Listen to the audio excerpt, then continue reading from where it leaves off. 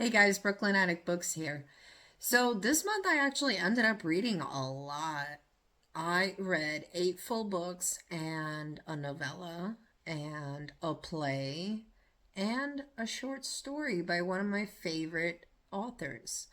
And let me just get to it, right? September was an awesome month for me. My first read of the month was for in the Void Book Club, and it was a selection by Johanna van Veen. I hope I said their name correctly.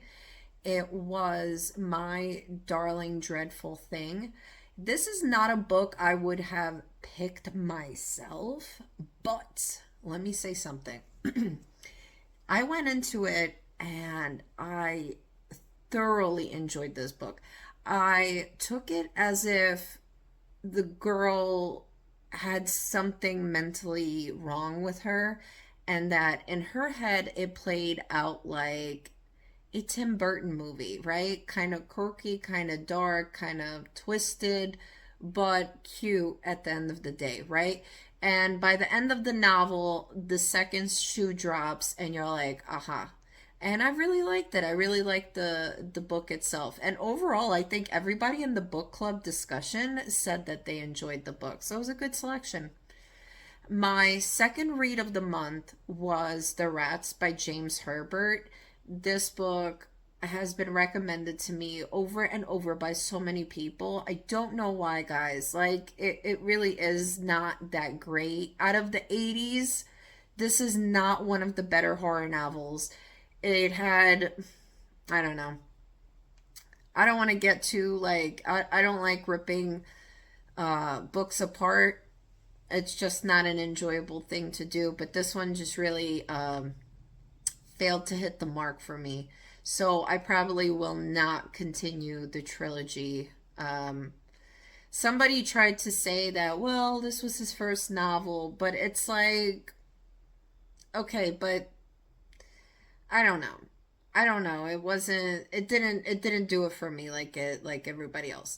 My next read was actually an advanced reader copy I got from a publisher, and it's Mark Steensland book, The Nested Man. And this was a thriller, so it's not really a horror per se. There were a little bit like dark elements in it, but it was a thriller, and it was really, really fun and page turning, and I appreciate the short chapter. Mark ended up reaching out to me and said, "Hey, I wrote this play. Are you into live theater? Would you mind reading and giving me some feedback?" And I said, "Okay, sure." And it's just as good as his book was. It's a Russian doll basically. Once you take off the first layer, there's another layer and another layer and another layer, and the suspense doesn't really let up. And it was really, really fun. The Deception of Catherine Vask was the play that I read by Mark Steensland, which was really suspenseful. It was really excellent. Now, I also read a couple of nonfiction books this month. So I read this one called Radical Suburbs by Amanda Hurley, and it was decent. It's I can see where the suburban sprawl came in after World War II. It gives a little historical reference to the past 100 years of, that American dream, the white picket fence and the front lawn and whatnot. And I can now see where all these radical Midwestern religious weird groups got their formations from. So I wouldn't mind diving further into that. I didn't think that the book itself was that radical. I mean, maybe I don't know. I honestly didn't. I don't know. It was all right. It had some interesting points in it from like a design point of view, but I didn't think it was that crazy. It wasn't that radical. Um, Another book I ended up finally reading is Herbert Asbury's Gangs of New York. That was freaking awesome. So that really focuses on, I guess, like the 1800s. And I didn't know this, but this was published back in 1928. I thought that maybe I wouldn't understand the language, but it was totally digestible. It was nonstop action.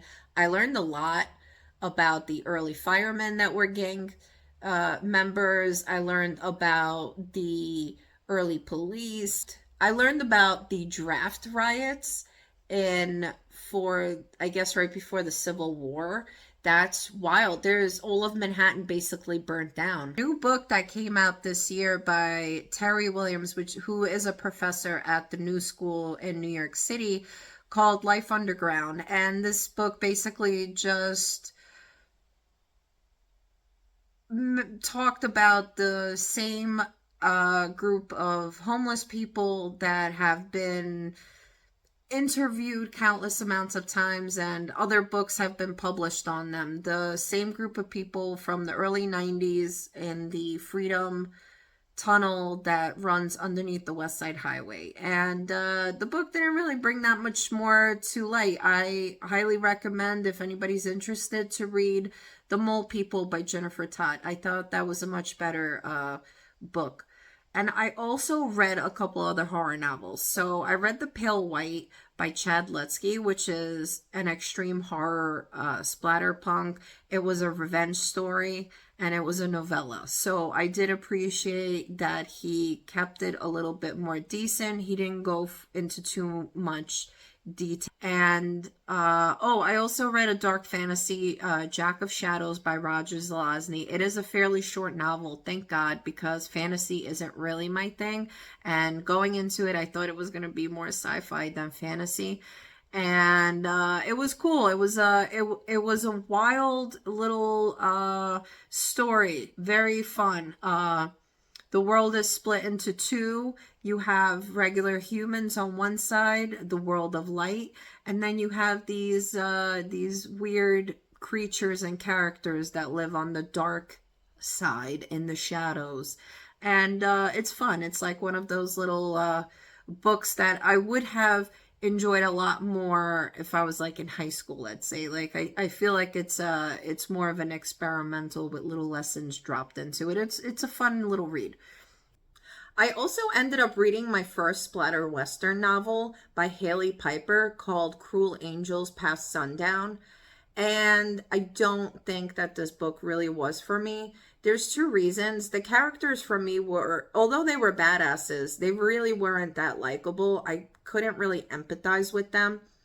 And the other part was that the evil villain or entity in the book was a preacher.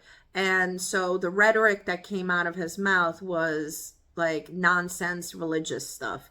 And I just couldn't follow it. It went in a direction that I really wasn't into. But I do have other splatter westerns on my shelves. So I'm not saying this is the end of it. I'm just saying that maybe specifically this one wasn't for me.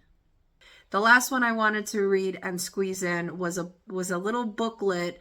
It's actually a short story with illustrations, and it's called Stay on the Line by McLeod Chapman, and the illustrations are by Trevor Henderson, and the illustrations remind me of the cult classic children's favorite illustrations that are inside of Stories to Tell in the Dark, you know, that series, and with those little crazy like pencil drawings that were so creepy when we were kids. This is along those same lines. I really enjoyed it. It was fun. It's grief horror, which Clay does very, very well. And that's it, guys. Basically, I had a great month. I also read half of Dune, which is my book club's next pick that we will be discussing on Discord on October 14th. If anybody is interested in joining, please do. And I'll see you guys next time.